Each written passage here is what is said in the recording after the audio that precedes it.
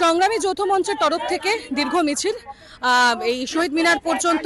আমার সঙ্গে ভাস্কর দা এই মুহূর্তে রয়েছেন, সংগ্রামী যৌথ মঞ্চের আহ্বায়ক। আমি কথা বলবো ভাস্করদার সঙ্গে। ভাস্করদা, ইতিমধ্যে 25% যে ডিএ দিতে হবে সেটা সুপ্রিম কোর্ট বলে দিয়েছে, অবিলম্বে তা মেটাতে হবে।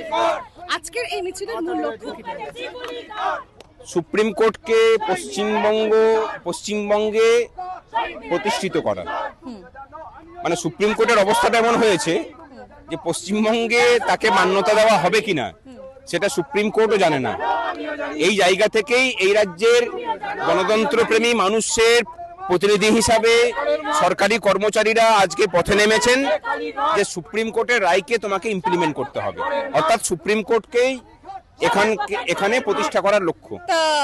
তারা এই যে দাবি প্রথম থেকে রেখেছিলেন, এরপর সুপ্রিম কোর্ট যে বক্তব্য রেখেছে এবং সুপ্রিম কোর্টের তরফ থেকে পরিষ্কার বলে দেওয়া হয়েছে 25% অবিলম্বে মেটাতে হবে।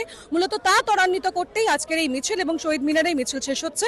আমরা দেখলাম যৌথ সংগ্রামী মঞ্চের আহ্বায়ক তিনি উপস্থিত রয়েছেন এবং তার সঙ্গে প্রচুর যে সরকারি কর্মীরা তারা উপস্থিত রয়েছেন। ক্যামেরায় প্রত্যয় মুখোপাধ্যায়ের সঙ্গে আমি তনুশ্রী চ্যাটার্জি, এই সময় লাইভ।